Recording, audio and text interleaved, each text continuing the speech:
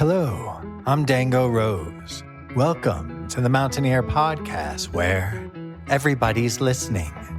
The Mountaineer brings you the latest news of the Peak to Peak region, in print, online, through our podcast, social media, and special publications. Now, listen in to the latest news of the area with our local journalists.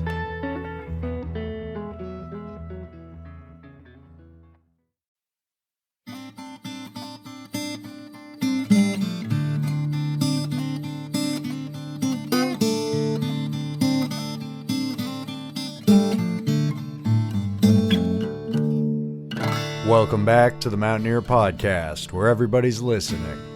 I'm Art DeVitalis. And I'm Cynthia Davis. This episode is sponsored by Brightwood Music, Hardt's Backhoe, Nederland Feed and Pet, Augustina's Winery, and of course, the Mountaineer newspaper.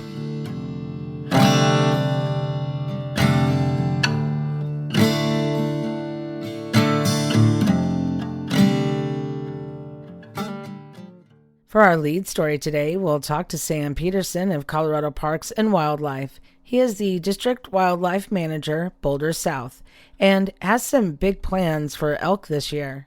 My name's Sam Peterson. I'm a District Wildlife Manager for Colorado Parks and Wildlife. Some people call us game wardens, some people call us wildlife officers, but I work in the Boulder South District, which covers about the southern quarter of Boulder County, a little bit of Jeffco, and a little bit of northern Gilpin County as well. I kind of roam pretty much from the Continental Divide down to I-25 and just address wildlife issues and help out with wildlife management in that area. The main thing that we've had been going on recently, we're starting up what we're calling the E38 elk study. E38 is the DAU, the area that the elk herd that inhabits the kind of the peak-to-peak area falls in. That's called the Clear Creek herd. Over the past couple of years, we've been trying to get the opportunity to put out some GPS collars on the elk herd. Things finally fell where they needed to this year with weather conditions and helicopter availability in order for us to do that. So over the past couple of days, we've been working in the peak-to-peak area with a helicopter and an airplane to deploy. I think we've got 27 collars on the ground right now with a goal to get another couple more in the next couple of days here. So what's the purpose of this plan? So there's a couple of different things that we'd hope to see. E38 and a lot of these front range elk herds don't have the similar protocols as far as population monitoring goes as other elk herds in the state. So typically what we do is we would do an aerial count and classification for most of the elk herds in the state. And so we're a little bit lacking in the statistical power in our data to get good estimates of the population. So these GPS collars, one thing we're hoping they'll help us out with is locating these herds so we can get good counts of them. But then we're also hoping that they're really going to help us identify what habitat and migration corridors are important for this elk herd. We're working with a couple of different stakeholders, land management agencies in the area that are curious about what they can do to best help protect this place like Boulder County where we're seeing development and really all across the Front Range where we're seeing increased recreation, increased development, increased interest in wildlife habitat and everything. He says that local residents have an interest in the population, but this will really help prevent development in key areas to preserve the animals' migratory patterns. I know a lot of folks were concerned about seeing the helicopter and the plane flying low in the area. That's kind of the standard practice for deploying these collars. There's really a couple of approaches we can take to getting those collars out on the ground. One is to do ground capture with what's called a clover trap. It's basically a big box trap that has cargo nets and a steel frame and a little tripwire that drops a net door behind an animal when it walks in. That's a good way to deploy a few collars, but it's pretty inefficient and it can also be a little bit high stress on the animals if they get tangled up in the trap itself. It's also not very targeted, so if we're looking to specifically capture a species or an age class, for example, in this study we're doing now, we're looking at getting approximately 2-year-old female elk to have the collars on. But using that trapping technique, you're running the risk of catching deer or catching bulls or catching like a calf or something like that. So using the helicopter to be able to target specific animals is really a good tool to make sure we're getting the right animal on the first try. The way we were doing it this time was using a net gun. So there's basically two options when you're using a helicopter to capture big game or really any game there. You can use a tranquilizer dart or you can use a net gun. Tranquilizer darts are something that we would use if we were really working up an animal, trying to get tissue biopsies for different investigations, or if we're trying to get like blood samples for pregnancy tests or assess body condition upon capture. But for this instance, we're really just interested in the elk movement and habitat use, so we just need that GPS collar. So the net gun is really the best way to do that, so we can just get the animal on the ground quick, put the collar on real fast, and kick the animal loose without having to sedate them or anything like that. And we got into some small talk about one of the most majestic Colorado creatures, the moose. I'm sure folks that live in the peak-to-peak area have really noticed that the moose population is doing really well. I've talked to a lot of folks that are concerned about resource damage that the moose are causing, and honestly, moose are my favorite animal. They're just such goofy-looking critters, but they're really fun to watch, and they're really interesting in their biology and their social structure as well. I did want to just touch on a little bit what to do when you see a moose. There's getting to be a lot of moose that hang out around towns. They feel safe around towns. They've got oftentimes fantastic habitat around towns.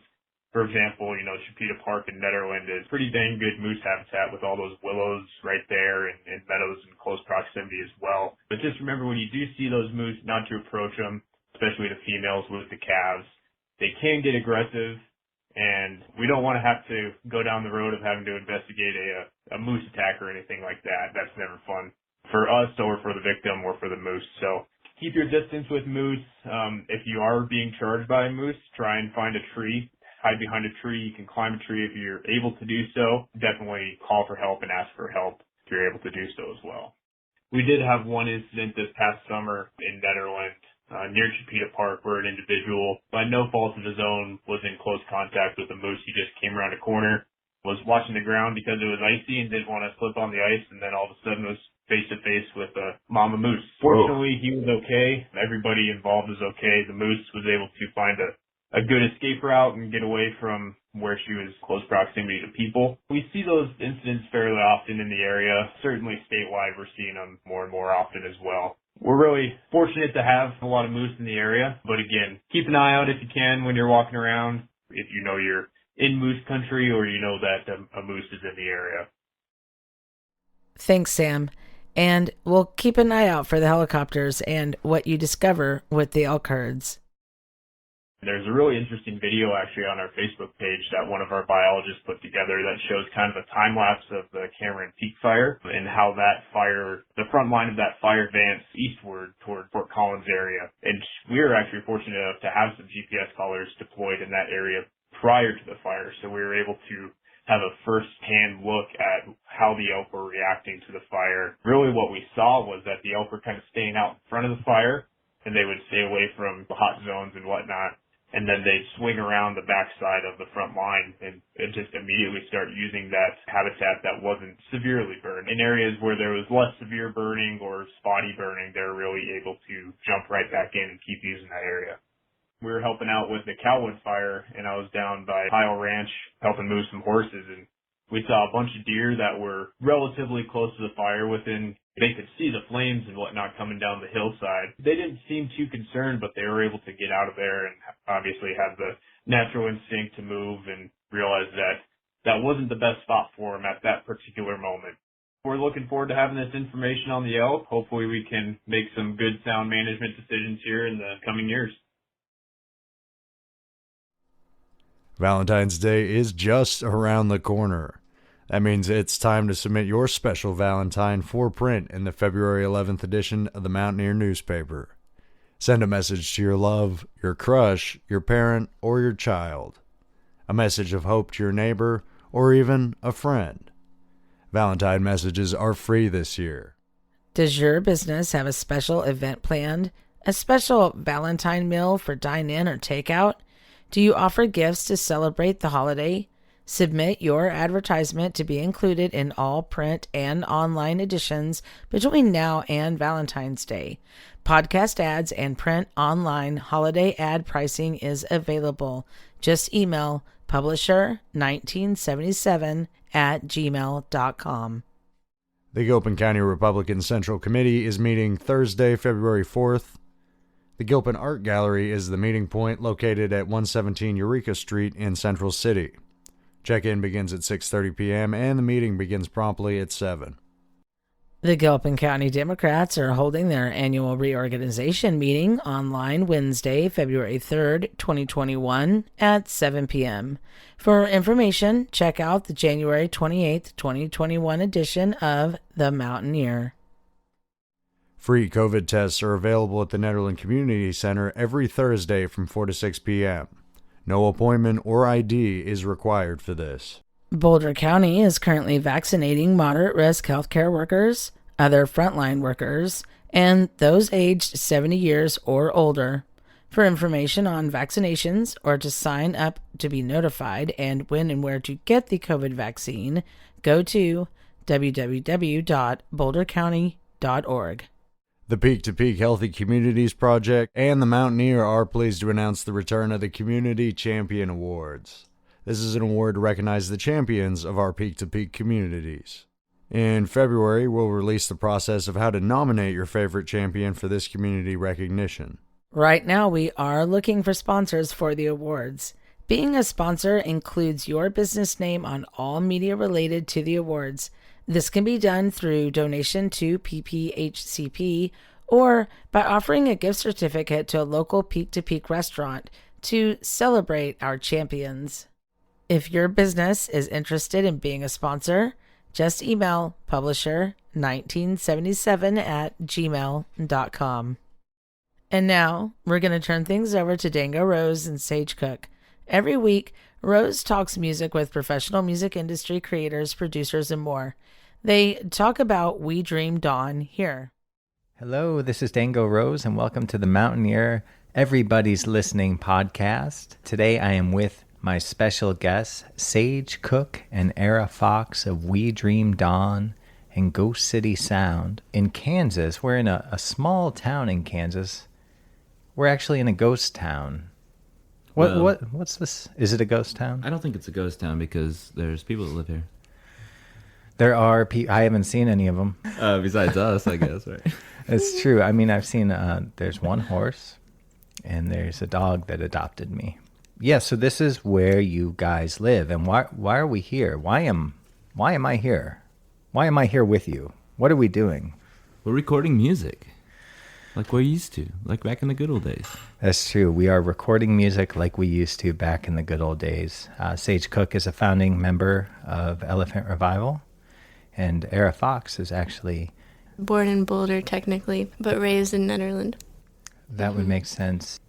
The production process, its nuance really brings out some of the light, huh?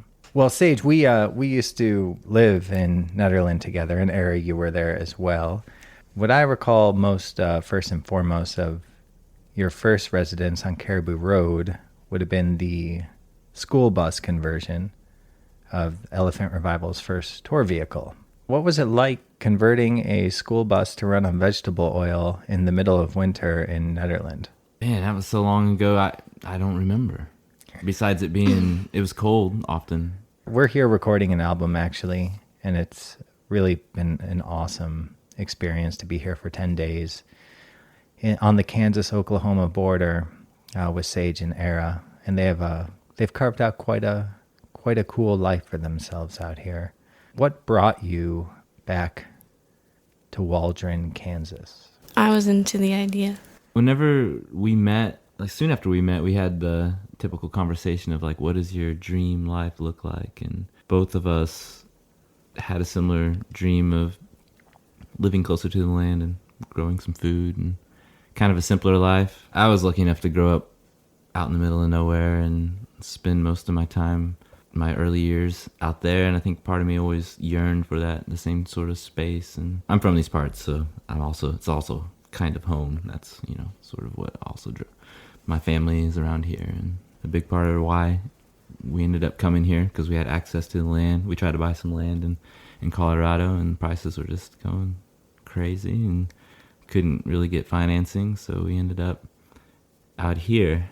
It's a dream come true, as well as like very trying and humbling and all different types of things. Like trying to grow food is definitely a lot of work.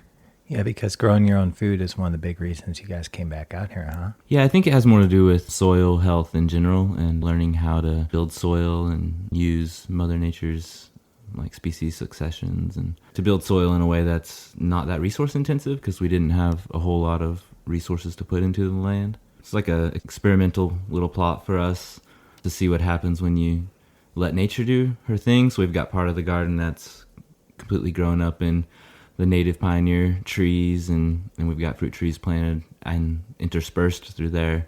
Believe it or not, like the fruit trees that are doing the best are the ones that grew up next to some sort of, these are Siberian elms, which a lot of people hate. They actually seem to have some sort of symbiotic relationship with apples and peaches and some pear trees too, yeah.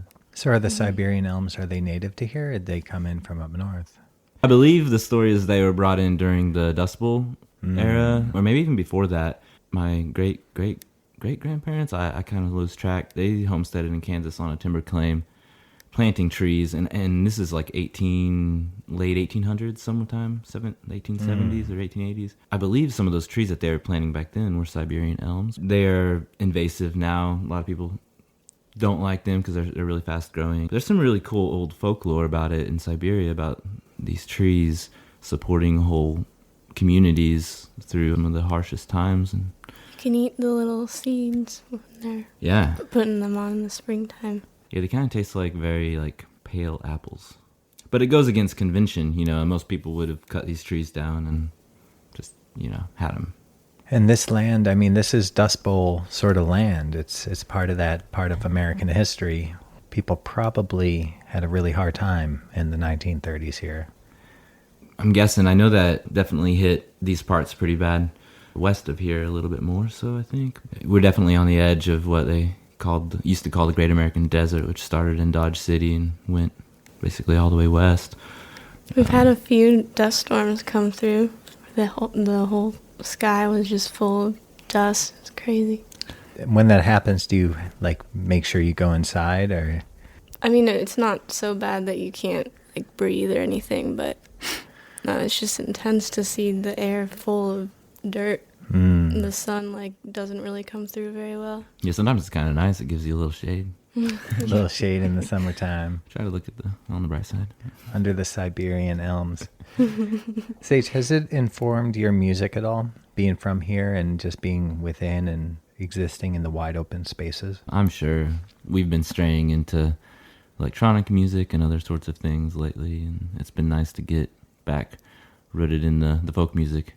Actually, strangely enough, we moved out here to do the land thing, and we got more into analog synths and drum machines and that sort of sound. It's kind of funny. Yeah, because the two of you are We Dreamed On, right? The band's been a few different lineups. 5 years old now, and the first lineup was a power trio with a buddy of ours from these parts, Weston Hill. Shout out. Mark Levy was on drums for a while, and then Vidich ended up joining us through those years, and we began to produce our first record with Steve. Steve plays keys for Citizen Cope, and he's a Grammy Award-winning producer and engineer, and just an awesome dude, and totally fits our vibe. Basically making music with him mainly on this record, and then Darren Garvey has also been on board with drums on the record a bunch. Josh Raymer is the most recent, but we haven't been able to get him in the studio yet. It's going to come out, I think, in 2021, but don't want to jinx myself here. Yeah, I keep saying that.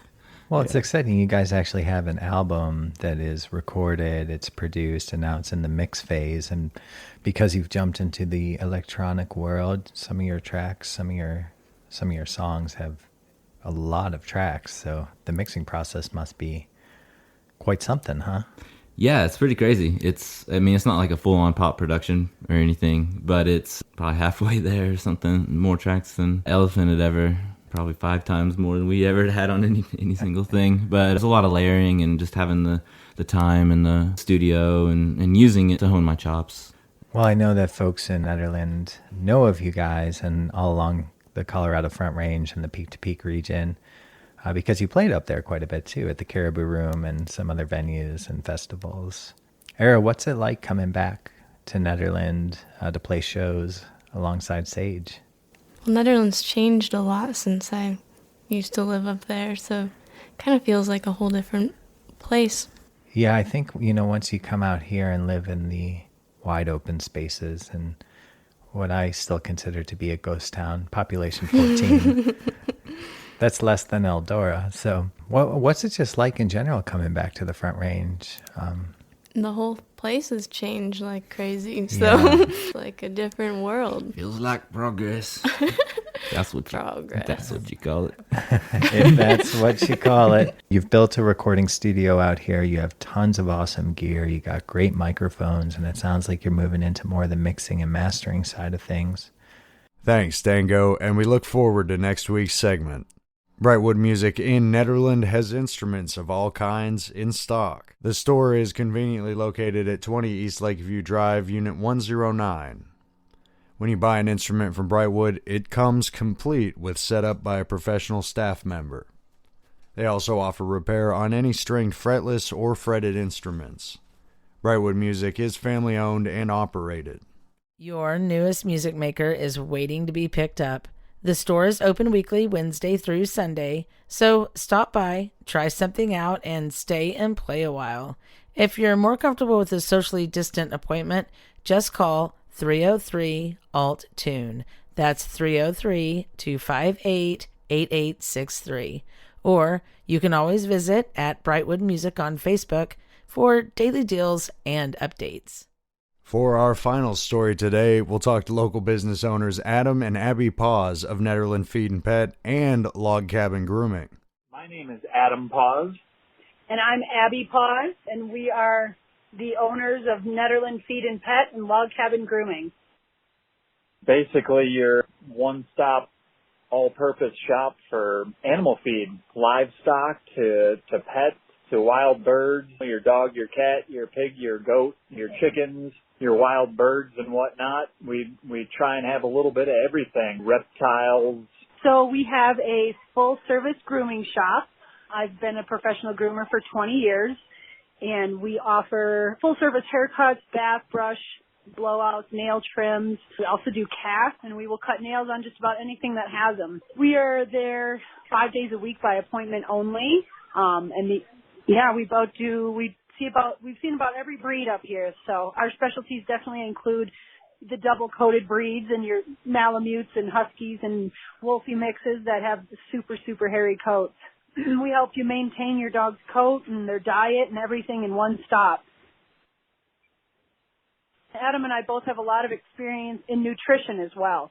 So we're happy to answer any questions people have about what to feed, how to feed. Very familiar with a lot of the companies, how long they've been around, what they're putting in their products. So we're happy to answer any questions with nutrition. I've got a lot of experience in training also. I don't do training, but we can help you fit harnesses and help you with anything from barking issues to anything in between. So we have some property out in Gilpin. We rescue just about anything that's thrown at us. We have 8 goats, 3 sheep, a llama, a rabbit, some rats.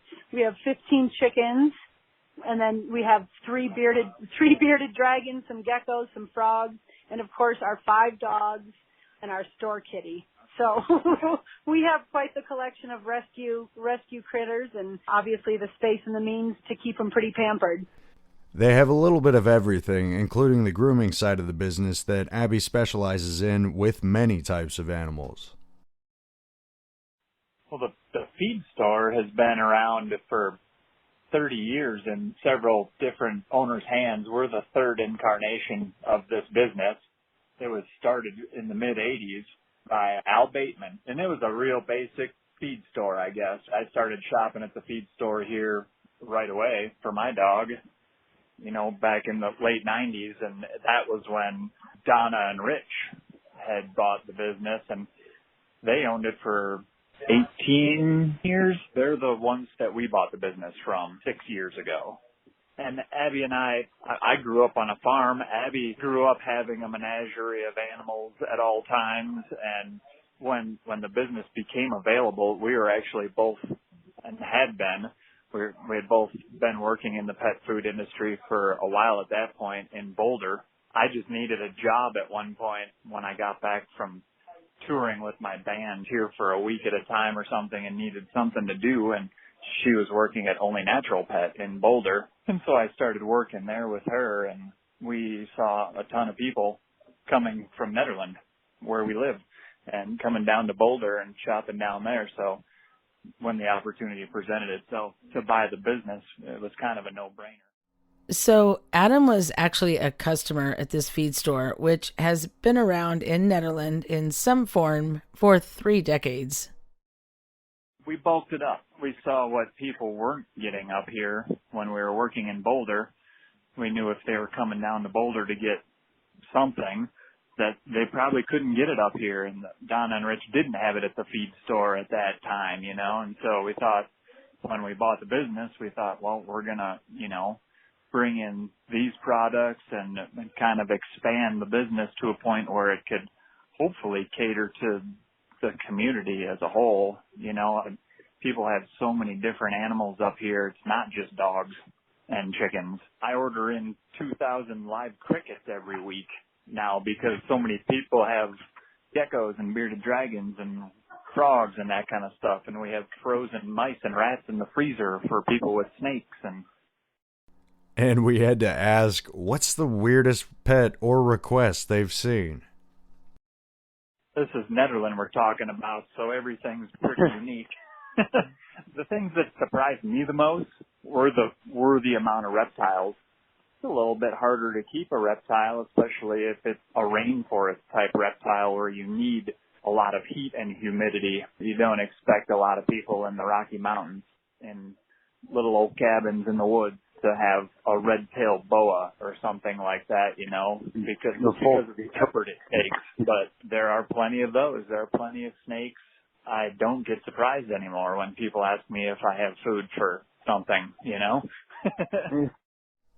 Thanks, Abby and Adam, and stop in for supplies and some great local expertise. Over the past year, I've seen a lot of people get puppies or chickens or, you know, something, a little bit of something to occupy their time, I guess, or offer a little companionship. Or that's really what we concern ourselves with. We're not in this business to get rich or anything. We want to make sure that all the animals up here have what they need and their human counterparts don't have to go too far to get it.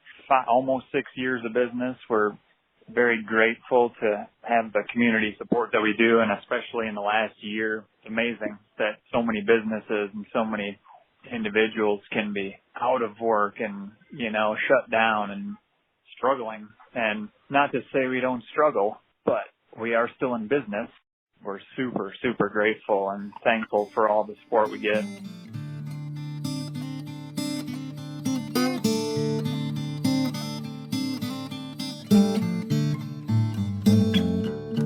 And that's all for this episode of the Mountaineer Podcast. Pick up this week's edition of The Mountaineer in print and go online to www.themountaineer.com to catch up on more local news. I'm Cynthia Davis. And I'm Art DeVitalis. Until next time, thank you for listening.